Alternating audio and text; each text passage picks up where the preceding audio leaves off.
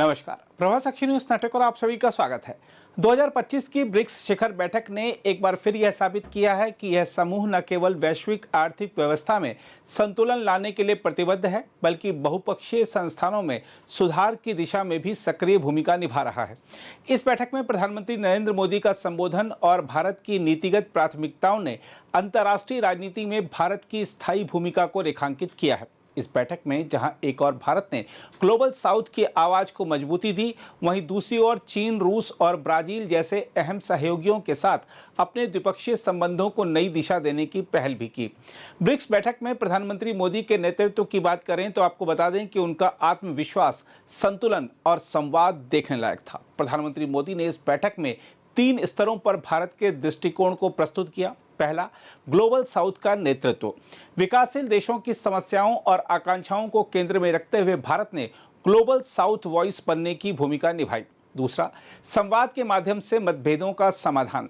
बिना टकराव के संवाद और संतुलन की नीति अपनाते हुए भारत ने चीन और रूस दोनों के साथ अपने हितों को स्पष्ट रूप से रखा। सतत विकास और समावेशी वैश्वीकरण, डिजिटल पब्लिक इंफ्रा, हरित ऊर्जा और खाद्य सुरक्षा जैसे विषयों पर भारत ने दीर्घकालिक दृष्टिकोण साझा किया। इसमें कोई दो राय नहीं कि प्रधानमंत्री मोदी के नेतृत्व में भारत ने ब्रिक्स को केवल एक आर्थिक मंच नहीं, बल्कि एक रणनीतिक, वैचारिक और नैतिक मंच बना दिया है, जो पश्चिमी प्रभुत्व के विकल्प के रूप में उभर रहा है।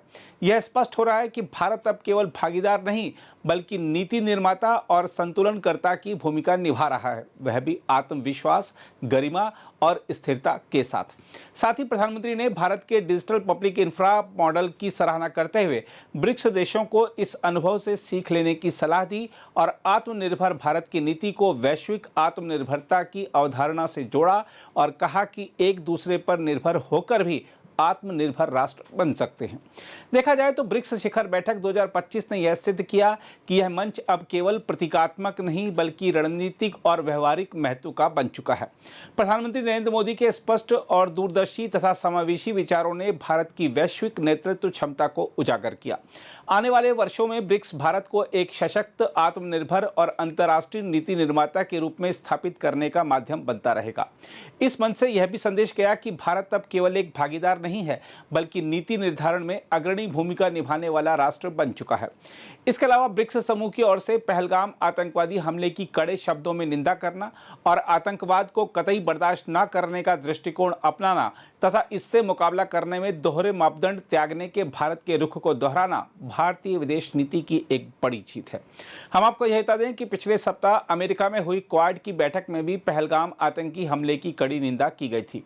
क्वाड सदस्य देशों ने पहलगाम में हुए आतंकवादी हमले का जबरदस्त विरोध करते हुए जो संयुक्त बयान जारी किया था, उसका एक एक शब्द दर्शा रहा था कि भारत की बुलंद आवाज का विश्व भर में कितना असर हुआ है। ब्रिक्स बैठक 2025 के प्रमुख निष्कर्षों पर गौर करें तो आपको बता दें कि इस वर्ष की बैठक में जो बड़े निर्णय हुए, उसके तहत सदस्य देशों ने अमेरिकी डॉलर के प्रभुत्व को संतुलित करने के लिए वैकल्पिक करेंसी सिस्टम विकसित करने पर चर्चा की। साथ ही कई नए विकासशील देशों को ब्रिक्स के तौर पर जोड़ने की दिशा में सहमति बनी, जिससे समूह का वैश्विक प्रभाव और व्यापक होगा। इसके अलावा संयुक्त राष्ट्र, विश्व बैंक और IMF जैसे संस्थानों में विकासशील देशों की हिस्सेदारी बढ़ाने पर जोर दिया गया। साथ ही सतत विकास, हरित ऊर्जा और डिजिटल पब्लिक इंफ्रा में सहयोग को बढ़ाने का निर्णय हुआ। इसके अलावा ग्लोबल साउथ में आतंकवाद, साइबर सुरक्षा और संघर्ष समाधान पर संयुक्त दृष्टिकोण अपनाने का संकल्प लिया गया। भारत की दृष्टि से ब्रिक्स के महत्व की बात करें तो आपको बता दें कि ब्रिक्स भारत को पश्चिमी दबावों से स्वतंत्र होकर अपनी विदेश नीति निर्धारित करने की स्वतंत्रता देता है।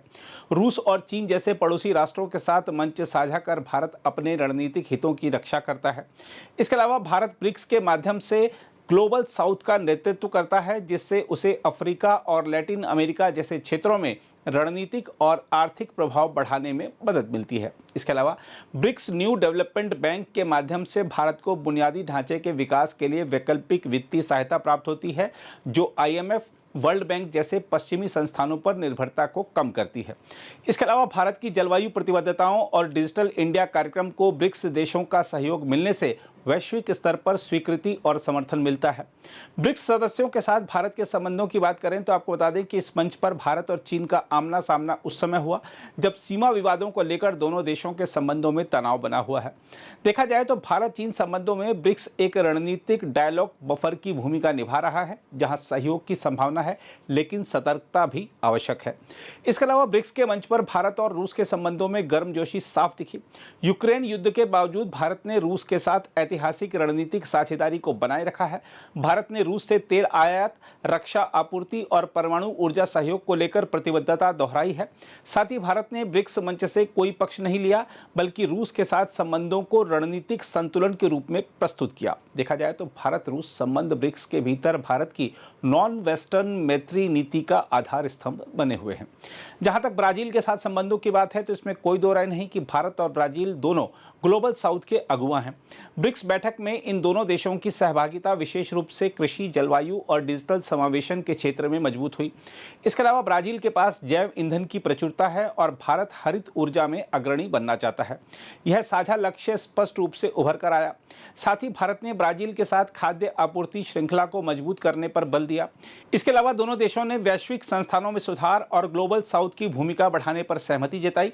देखा जाए तो भारत ब्राजील साझेदारी ब्रिक्स को ग्लोबल साउथ स्ट्रेटेजिक इंजन का स्वरूप प्रदान कर सकती है।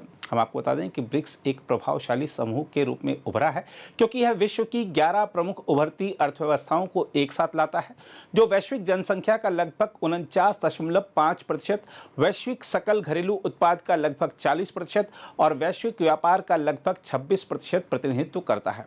इसमें कोई दो राय नहीं कि ब्राजील, रूस, भारत, चीन और दक्षिण अफ्रीका की सदस्यता वाला ब्रिक्स एक ऐसा अंतर्राष्ट्रीय मंच है जो विकासशील और उभरती अर्थव्यवस्थाओं की आवाज को वैश्विक मंच पर बुलंद करता है। बहरहाल, प्रधानमंत्री नरेंद्र मोदी के संबोधन और ब्रिक्स बैठक से इतर उनकी द्विपक्षीय मुलाकातों ने यह स्पष्ट कर दिया है कि भारत अब केवल क्षेत्रीय शक्ति नहीं बल्कि एक निर्णायक वैश्विक भागीदार बन चुका है।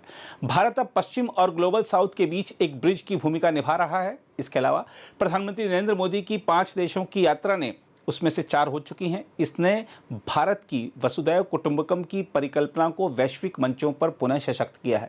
ब्राजील जैसे देशों के साथ संबंधों को नया आयाम देकर भारत ने यह साबित किया है कि वह न केवल आर्थिक शक्ति है बल्कि सांस्कृतिक और नैतिक दृष्टिकोण से भी विश्व नेतृत्व का सक्षम दावेदार है। अगर आप भी लेना चाहते हैं देश दुनिया की तमाम जानकारी तो आज ही सब्सक्राइब करें हमारे चैनल को। साथ ही नीचे दिए बेल आइकन को जरूर दबाएं ताकि हर अपडेट आप तक पहुंच सके।